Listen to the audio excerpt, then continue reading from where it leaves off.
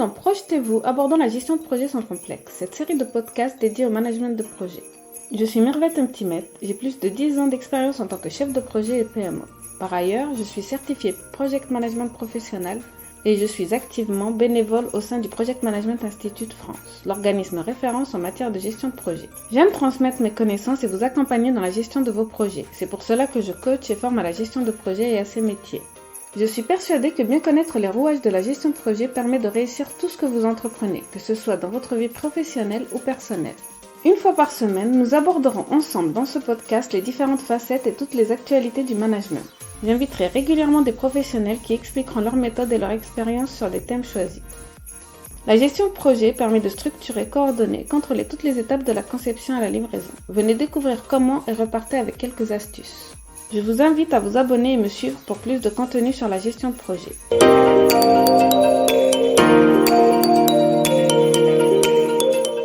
Bonjour à tous et bienvenue dans cet épisode spécial de Noël de Projetez-vous, abordant la gestion de projet sans complexe. Je suis Mervette Mtimet, votre hôte, et aujourd'hui, nous allons parler de gratitude, de rétrospection et d'anticipation pour l'année à venir. C'est un format spécial que j'aborderai cette semaine et la semaine prochaine, avant de reprendre en début d'année 2024 avec un nouveau format, des invités exceptionnels et des sujets tendances sur la gestion de projets et les projets en entreprise.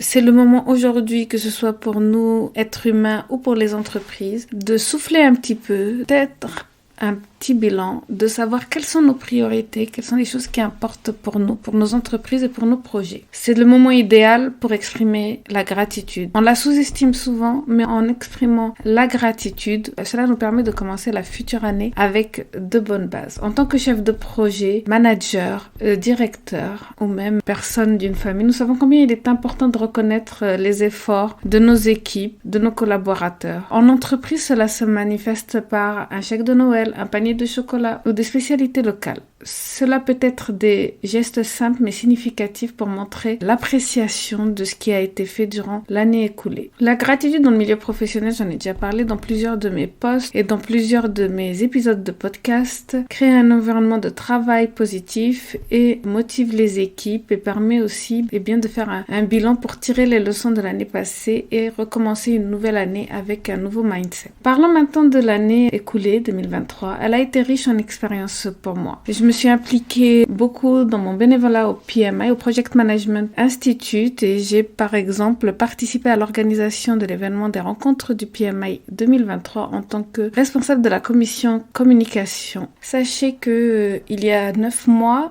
je ne connaissais pas beaucoup de choses à la communication digitale et les différents canaux de communication. Et donc, je peux dire que grâce à cette expérience, j'ai pu agrandir ma palette de connaissances et j'ai pu monter en compétence sur ce domaine. Et cela arrivait à point par rapport au début de mon podcast Projetez-vous qui a commencé en juin et cela m'a permis de faire des rencontres incroyables, des gens passionnés par la gestion de projet, mais aussi d'acquérir des nouvelles compétences et d'évoluer auprès de personnes plus ou moins expérimentées sur la gestion de projet. J'ai aussi eu l'opportunité de m'impliquer avec la Whitaker Foundation, le WPDI, et j'ai rencontré bien sûr cette année Forest Whitaker et cela m'a introduit dans le monde passionnant de l'entrepreneuriat et cela m'a permis de découvrir de très belles personnes au sein de l'organisation, donc les organisateurs, les professeurs, mais aussi au sein des élèves, de ceux qui ont suivi avec moi la formation.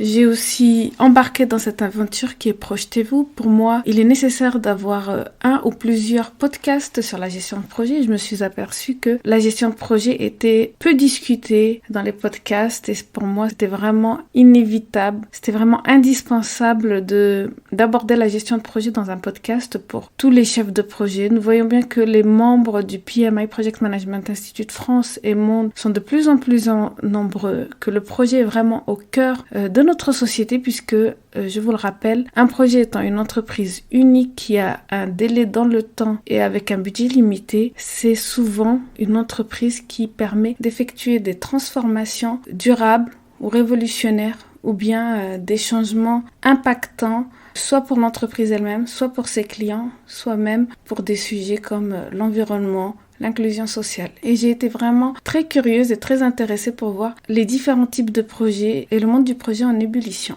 Donc avec la rapidité à laquelle va le monde aujourd'hui, avec l'apparition de l'intelligence artificielle, le monde des opérations va être de plus en plus automatisé et fait peut-être à 80% par de l'intelligence artificielle, mais les projets resteront. Il est totalement important de sensibiliser les équipes, de sensibiliser les personnes à la gestion de projets et de dire à toute personne qui entame un nouveau projet, qui entame des projets dans son entreprise, qui travaille dans une équipe qui fait des projets, que Projetez-vous est le lieu où les thèmes de la gestion de projet sont abordés. D'ailleurs, si vous voulez en parler avec moi, je suis tout à fait joignable et je prends plaisir à parler des sujets de la gestion de projet via LinkedIn par exemple ou sur mon site.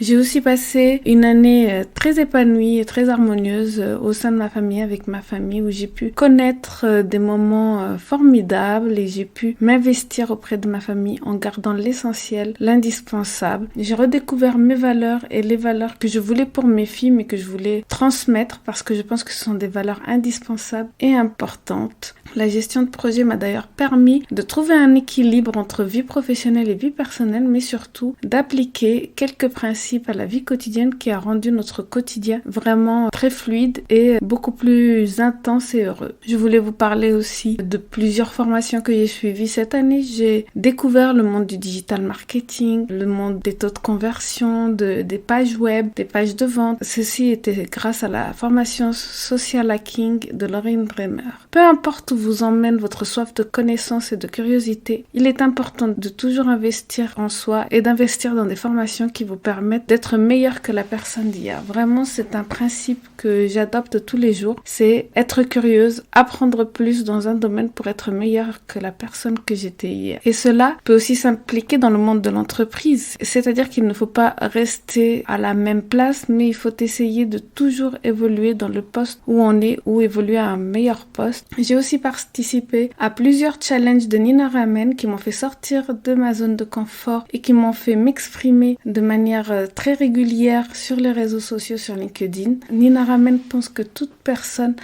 a son mot à dire et peut s'exprimer sur la toile et c'est ce qui m'a vraiment plu dans ces challenges. Surtout, il y avait une forte entraide et une forte reconnaissance.